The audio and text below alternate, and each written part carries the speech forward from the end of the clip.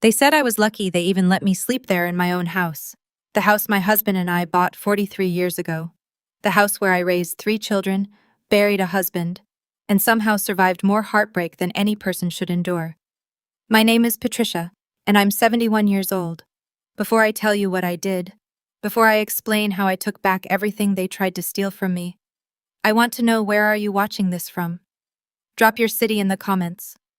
I need to know I'm not alone in this. That somewhere out there, someone understands what it feels like to become invisible in your own life. It started 18 months after Carl died. 18 months of me rattling around in our 4-bedroom colonial in Charleston, South Carolina, trying to figure out how to be a widow instead of a wife. My daughter Jessica called it an intervention. She said I couldn't possibly manage the house alone. Too many stairs, too much yard work, too much everything for a woman my age. Mom, be reasonable, she said, sitting at my kitchen table like she owned it. Her husband Derek nodded along like one of those dashboard bobbleheads. We're trying to help you. Help! That word became a weapon they used to justify everything that came next. They moved in temporarily, just until they found a bigger place. Jessica said they had 2 teenagers, Brandon and Kylie, who immediately treated my home like a college dormitory. Wet towels on antique furniture, shoes on the sofa, music thumping through walls that had only ever known the gentle sounds of jazz and occasional laughter.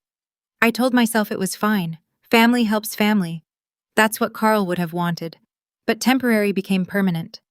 Months passed, then a year. They stopped looking for houses. They stopped pretending this was anything other than what it was, a takeover. We're saving for a down payment, Jessica explained when I asked. But I saw the new cars in my driveway. I saw the designer bags and the expensive dinners out. They weren't saving. They were living rent-free in a house worth $750,000. The disrespect started small. Derek using my formal dining room as his home office. Papers and coffee cups spreading across the mahogany table. Carl and I saved 3 years to buy. Jessica rearranging my kitchen, putting things where they actually make sense, Mom. Then it got worse. Could you maybe eat dinner in your room tonight? Jessica asked one Friday. We're having people over and it's just easier. My room in my house. I was being erased. One small indignity at a time. The final straw came on a Tuesday morning in March.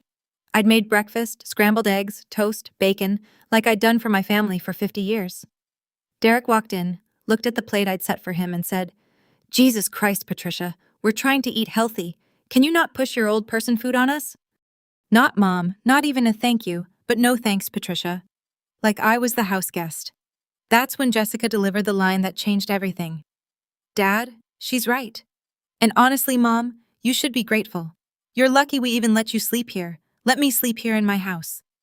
I stood at that sink, dish soap dripping from my hands, and something inside me crystallized. Not anger exactly. Anger is hot and impulsive. This was cold, calculated, the kind of clarity that only comes when you've finally seen the truth you've been avoiding. My house. The house Carl and I bought in 1982 for $89,000. The house we poured our lives into. Carl had refinished every floor. I'd painted every wall, some of them twice. We'd replaced the roof after Hurricane Hugo in '89. Paid off the mortgage early by living lean for 15 years. And now my daughter, my firstborn, the girl I'd rocked through colic and walked through heartbreak, was telling me I should be grateful for permission to sleep under my own roof. I didn't say anything. I just dried my hands, hung up the towel, and walked to my bedroom, the smallest bedroom, because they'd claimed the master suite 6 months ago. Your knees, Mom, Jessica had said. The stairs to our old room are too much for you. Never mind that their old room had been the master bedroom. My bedroom? The room where Carl died holding my hand. I closed the door and sat on the edge of my bed. The bed from our first apartment, the one we'd somehow kept through 6 moves in 4 decades. My hands were shaking. Not from weakness, from something else entirely. Here's what they didn't know. I wasn't some confused old woman who'd lost track of her own life. I'd spent 40 years as an office manager for a law firm. I knew contracts, I knew property law, I knew exactly what needed to be done and how to do it quietly. Carl had been the gentle one, the one who always saw the best in people. But me, I was the one who read every piece of paper before signing. I was the one who kept meticulous records. I was the one who'd built an entire filing system that the partners at Morrison and Bradshaw still talked about. And I was the one whose name, and only my name, was on the deed to this house. That afternoon, while Jessica and Derek were at work and the kids were at school, I went to my filing cabinet. The one they'd shoved into the corner of the garage under some old Christmas decorations and a broken tennis racket. Inside, in a folder labeled Property Documents, I found everything I needed. The deed recorded in 1982. Carl and I had owned it jointly until his death. Then it passed entirely to me. I'd never added Jessica's name. I'd never added anyone's name. I made copies of everything. Then I made copies of the copies. Then I opened my laptop, the one they thought I barely knew how to use, and started making phone calls. My first call was to Robert Morrison, now retired from the firm, but still sharp as ever. We'd worked together for 30 years. "Patricia," he said warmly, "how are you holding up?" "I need your help," I told him, "and I need you to keep this completely confidential." There was a pause. "Then tell me everything." So, I did. Robert listened without interrupting. When I finished, he was quiet for a long moment. "Patricia, I'm going to ask you something. And I need you to answer honestly," he said. "Are you absolutely certain this is what you want to do? Because once you start this process, there's no going back. I've never been more certain of anything in my life." "All right then, let's make sure we do this by the book. Every detail matters." Over the next week, Robert walked me through everything. We met at his house. His wife Martha made tea and disappeared upstairs to give us privacy. Robert's dining room table became our war room. "First thing," he said, spreading out documents, "we need to understand what rights they have. They're living there without a lease, which makes them tenants at will in South Carolina. You'll need to give proper notice. 30 days in writing." "They'll fight it," I said. "Let them. You own the property free and clear. They have no legal claim." He pulled out a yellow legal pad. "But we're going to be smarter than just eviction. We're going to make this airtight. Here's what they'd done over the past year." Thinking I was too old or too trusting to notice. They'd switched the utilities into my name but stopped contributing to bills. My electric bill had tripled with 4 extra people in the house. My water bill had doubled. They'd promised to handle it but never did. Derek had used my address to register his business, some consulting LLC that generated mail I wasn't supposed to open. "Privacy, Mom," he'd said when I asked about it. Jessica had routed some of her bills to my house, including a credit card I'd accidentally opened once. She'd smiled sweetly, "Just temporary, until we update our address." They'd accumulated parking tickets in Charleston listing my address. They'd even, and this one stunned me, they'd listed Jessica as an authorized resident on documents with the HOA, implying she had some ownership stake. They're establishing residency and creating paper trails that make them look like co-owners. Robert explained, "It's not illegal exactly, but it's strategic. If this went to court, they could argue they believe they had rights to the property, but they don't." "Correct. But perception matters, Patricia. What we're going to do is create our own paper trail, one that's ironclad." We worked for hours. Robert drafted an official notice to vacate, citing my need to sell the property for health and financial reasons. We prepared a complete accounting of all utilities they'd used. We documented every conversation I could remember, every promise they'd broken. "Now," Robert said, pulling out another folder, "let's talk about the sale. You said you wanted to sell the house." "I do. I can't stay there anymore, even after they leave. It's tainted now." He nodded. "I have a client who's been looking in your neighborhood. Commercial developer. He'd probably pay cash for a quick sale." "How quick? If you're serious." 30 days, maybe less." I looked at him. "I'm serious. Then we'll time this perfectly. The notice to vacate the sale. All of it." He smiled, something I rarely saw from him. "They won't know what hit them." The hardest part was acting normal. Every morning, I made coffee and smiled when Jessica came downstairs. Every evening, I sat through dinner while Derek mansplained the news to me like I hadn't been reading newspapers since before he was born. Every night, I listened to Brandon's music thumping through my ceiling and bit my tongue. But I was documenting everything. I started carrying a small notebook. When Derek left his wet gym clothes on my antique set, documented with a photo. When Kylie borrowed my car without asking and returned it with an empty gas tank. Documented. When Jessica borrowed $200 from my purse for groceries and I later found designer candles from an expensive boutique. Documented. I also started being more visible around the house. Not confrontational, just present. I wanted witnesses to my own displacement. My neighbor Helen noticed. We were gardening one Saturday. While I was gardening, she was watching from her side of the fence when she said, "Patricia, honey, are you all right? You seem different lately." Different how? Quieter, like you're walking on eggshells in your own home. I straightened up, my knees protesting. Helen, if something were to happen, if I needed you to remember conversations or things you'd observed, would you be willing to help me? Her eyes sharpened. Helen was 75 and sharp as a tack. What's going on? I told her. Not everything, but enough. She was quiet for a moment, then nodded. I've been watching. I've seen how they treat you. Like you're in their way. She paused. Whatever you're planning, I'm on your side. I might need you to make a statement about what you've observed. You just say when. I hugged her, something I hadn't done in months. It felt good to have an ally. The commercial developer James Chen came to see the property on a Tuesday morning. I'd arranged it when I knew everyone would be out. He was younger than I expected, maybe 45, with an efficient manner I appreciated. Mrs. Brennan, I'll be direct. This location is perfect for what my client has in mind. Mixed-use development. The neighborhood's zoning is changing. He walked through the house making notes. I can offer you $825,000 cash closing in 3 weeks. $825,000. $75,000 more than market value. Why so much? I asked. Speed and certainty. My client needs this property, and you're motivated to sell quickly. It's worth it to both of us. He extended his hand. Do we have a deal? I thought about Carl, about the life we'd built here, about the fact that this house had already been stolen from me in every way that mattered. We have a deal. I said that afternoon. I signed the papers. The closing was set for April 15th, 33 days away. Robert had timed the eviction notice to expire April 12th. They'll have 3 days after the eviction notice expires to get out before the new owner takes possession, Robert explained. But they won't know about the sale. The notice will seem like you're just reclaiming your space, and if they refuse to leave, that's when it gets interesting.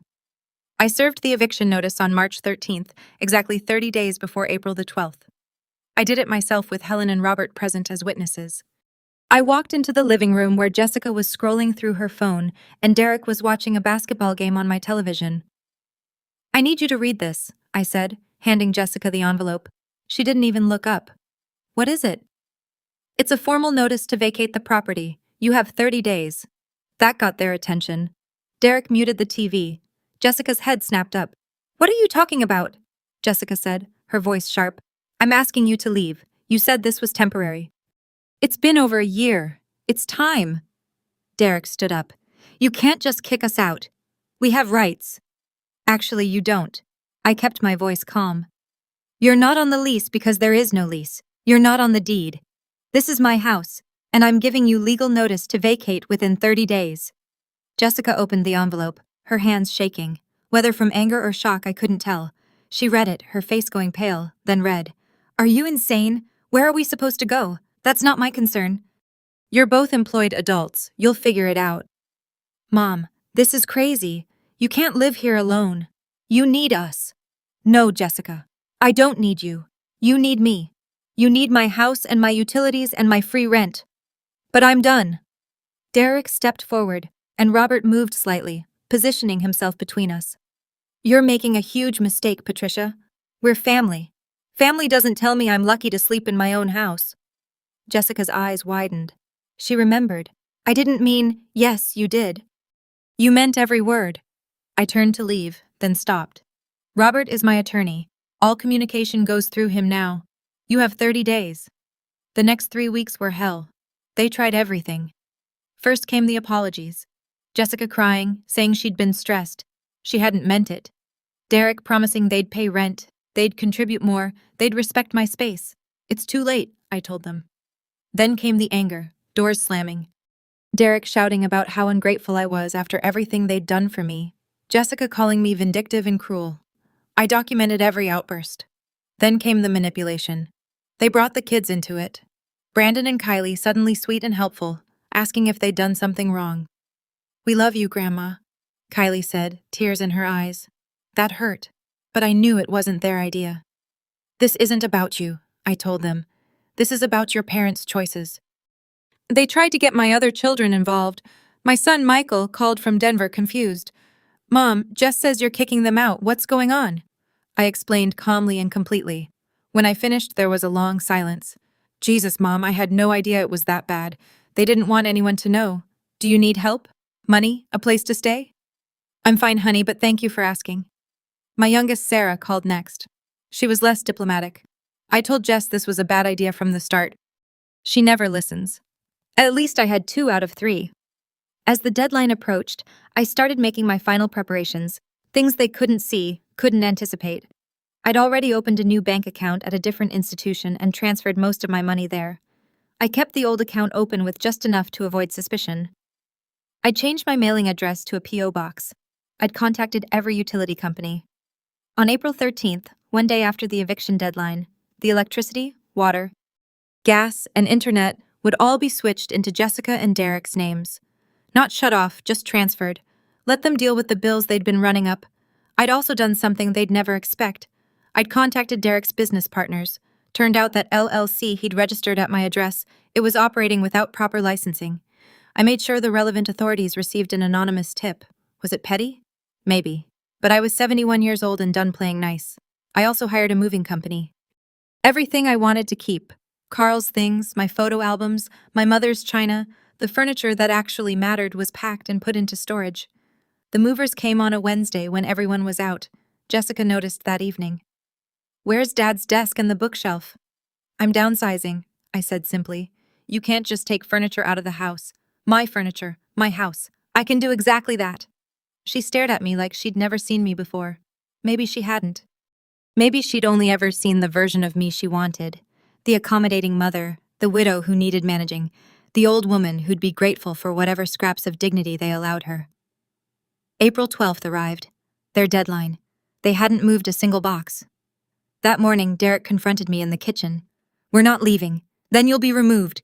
You can't evict us. We'll fight this. We'll take you to court. We'll drag this out for months." I poured my coffee steady-handed. "Do what you need to do." But I knew something he didn't. The closing was in 3 days. On April 15th at 10 a.m., I would sign the final papers. James Chen would take possession. The house would no longer be mine, and therefore no longer available for them to squat in. They went to work that morning, confident they'd called my bluff. Brandon and Kylie went to school. The house was empty. At 9:30 a.m., I left for Robert's office with 2 suitcases. Everything I still needed. Helen drove me. We didn't speak much. What was there to say? At Robert's office, we went over everything, one final time. "You understand what's going to happen?" he asked. "I understand." "You're sure?"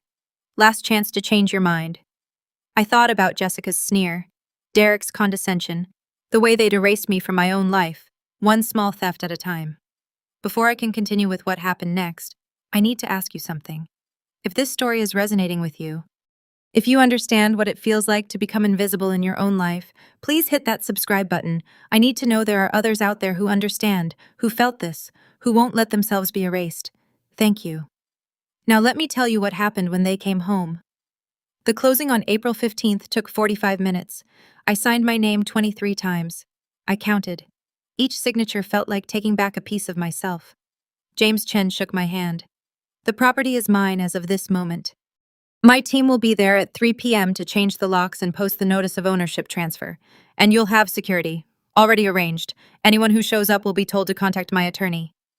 He paused. "Mrs. Brennan, I know this wasn't easy. For what it's worth, you did the right thing. I wasn't sure if I'd done the right thing, but I'd done the necessary thing. Robert had arranged everything else." The utility switched to Jessica and Derek's names that morning. They'd get the notifications on their phones, probably around lunchtime. The sheriff's department had been notified of the situation and agreed to send a deputy to keep the peace when the new owners took possession. I went to lunch with Robert and Martha at a quiet restaurant downtown. I ordered shrimp and grits, Carl's favorite. I barely tasted them. At 2:45 p.m., my phone started ringing. "Jessica." I didn't answer. It rang again and again. Then Derek called. Then Jessica again. Finally, a text from Jessica. "Mom, where are you? The power company says we're responsible for the account now, and Derek's credit card isn't working. Call me." I turned off my phone. At 3:30, Robert's phone rang. His expression stayed neutral as he listened. "I see." "Yes." "No, she's aware." "Yes, that's correct." "No, there's no mistake." He paused. "Sir, I'd suggest you speak to your attorney. This is a civil matter. My client has broken no laws." He hung up. "Derek?" I asked. "Very angry, Derek." They're at the house. The locks are changed. There's a security guard. James Chen's attorney is there with the paperwork, and Derek is threatening to call the police. The attorney suggested he do exactly that. They'd explain how property ownership works. I imagined them standing on the front porch. My front porch. Except it wasn't mine anymore. It wasn't theirs. It never had been theirs. My phone buzzed. I turned it back on. A voicemail from Jessica. I played it on speaker. Mom. What the hell is happening? Some Chinese guy says he owns the house now. He has paperwork saying you sold it. This is insane. Where are you? Call me back right now. Then Derek's voice in the background. Jesus Christ. She actually sold the house. She sold the powerhouse out from under us. The voicemail ended. Martha reached across the table and squeezed my hand. You're okay. Was I? I'd just blown up my daughter's life. I'd made my grandchildren technically homeless. I'd burned bridges that could never be rebuilt. But I'd also taken back my power. I'd stopped being a victim in my own story. I'm okay, I said. My phone rang again. This time it was Sarah, my youngest. I answered. Mom? Oh my God. Mom, are you all right? Jessica just called me screaming about you selling the house. What's going on? It's a long story, honey. Are you safe? Where are you? I'm safe. I'm with Robert Morrison and his wife. The lawyer? Mom, what happened? I told Sarah everything. Unlike Jessica, she listened without interrupting. When I finished, she was quiet for a moment. Then, Holy bata, Mom. Sarah, no, I mean it. Holy, nah. You actually did it. She laughed, a sound that was half shock, half admiration. Jessica is losing her mind. She called me demanding I talk sense into you. She wants me to help them sue you. And then I told her she got exactly what she deserved. Then she called me a traitor and hung up on me. Despite everything, I smiled. Thank you for understanding. Mom, I'm proud of you. Seriously, you put up with their crap for over a year. You tried to be patient. They took advantage. She paused. Where are you going to live? I found a beautiful condo in Mount Pleasant. 2 bedrooms, water view, gated community. I close on it next week. You already bought another place. I've been planning this for a while, honey. Apparently. She laughed again. Can I come visit? Anytime you want? Over the next few hours, the full scope of what I'd done became clear to Jessica and Derek, the utilities in their names. Derek's business registration suddenly flagged for operating without proper licensing from my address. The house sold, their belongings still inside, but no legal right to access them without the new owner's permission. James Chen, to his credit, was reasonable. He gave them 72 hours to remove their belongings, supervised by his security team. After that, everything left behind would be considered abandoned. They had 3 days to pack up a year's worth of life. Michael called that evening. Mom, I just got off the phone with Jessica. She's devastated. I imagine she is. She says you blindsided her, that you didn't give her a chance to make things right. Michael, I gave her a year. I gave her dozens of chances. She told me I was lucky to sleep in my own house. He sighed. She said that she did. Derek agreed with her. Another long silence. I don't know what to say, Mom. It's a lot. It is. And I'm sorry you're in the middle of it, but I'm not sorry for what I did. I'm not asking you to be. He paused. For what it's worth, I think you were incredibly patient. More patient than I would have been. Thank you, honey. But Mom, Jessica is still your daughter. Those are still your grandchildren. I know that. So what happens now? That was the question, wasn't it? What happens when you burn down your life to save yourself? I don't know, I admitted. But I couldn't keep living the way I was living. I was disappearing. Do you understand? Yeah, he said softly. Yeah, I do. The next 3 days were chaos. I didn't have to witness. Robert received multiple calls from Jessica and Derek's hastily hired attorney. There were threats of lawsuits, all empty. I'd done everything by the book. James Chen reported that they'd removed their belongings on the final day, looking shocked and defeated. The house was theirs now. And within weeks, it would be demolished for the new development. I moved into my new condo on April 23rd. 2 bedrooms, 13,400 square feet, with a balcony overlooking the marsh. The building had a gym, a pool, and a community room where residents gathered for book clubs and card games. My neighbors were mostly retirees like me, people who'd earned their peace. For the first time in over a year, I could breathe. I set up Carl's desk in the second bedroom along with our photo albums and his favorite chair. I hung our wedding picture in the hallway. I arranged my mother's china in the built-in cabinet. I made the space mine. Ours in a way the house on Palmetto Street had stopped being the moment Jessica said I was lucky to sleep there. Sarah visited the second week. She brought wine and takeout and we sat on the balcony watching the sunset over the water. "It's beautiful, Mom," she said. "Really beautiful." "It feels right," I told her. "Have you heard from Jessica?" "No. Have you?" "She called once. She's renting a house in Goose Creek. She said it's much smaller than what they're used to, and the kids hate it." Sarah took a sip of wine. "She wanted me to tell you that you ruined their lives." "And what did you say?" "I said she ruined her own life by taking you for granted." Sarah looked at me. She hung up on me again. "We're not speaking." "I'm sorry, honey. Don't be." "She needs to understand that actions have consequences. She's 50 years old, Mom. If she hasn't figured that out by now, that's on her." Michael called a few weeks later. "I wanted to let you know I'm coming to Charleston for work next month. Can I see your new place?" "Of course." "And Mom?" "I ran into one of Jessica's friends at the grocery store. Apparently the story's gotten around." He paused. "People are talking about how you sold the house out from under them." My stomach tightened. "What are they saying?" "Honestly, most people think it's hilarious. There's some gossip about what terrible house guests they were, how they took advantage. Jessica's not getting much sympathy. She's still my daughter, Michael." "I know, but maybe she needed this wake-up call. Maybe she did. Or maybe we were both just broken now in different ways. The kids, Brandon and Kylie, that was harder. They hadn't asked to be caught in the middle. I sent them cards with money for their birthdays, but I didn't hear back. Jessica had probably poisoned them against me. Or maybe they were just being teenagers, and I was one more adult who disappointed them. Either way, it hurt. But here's what I learned. In those first few months in my new home, I could survive the hurt. I could survive the guilt, and the loss, and the knowledge that I'd blown up my family to save myself. Because the alternative, continuing to shrink myself, to disappear one small indignity at a time, that would have killed me. Not quickly, but slowly, like a poison working through your veins. I chose life, my life on my terms. Was it selfish? Probably. Was it necessary? Absolutely. It's been 8 months now since I sold the house. 8 months since I stood on the front porch for the last time and walked away from 43 years of memories. 8 months since I chose myself. Helen visits every Tuesday. We have lunch on my balcony and catch up on neighborhood gossip. She tells me about the construction where my house used to be. They're building a mixed-use development with shops on the ground floor and apartments above. She says it's coming along nicely.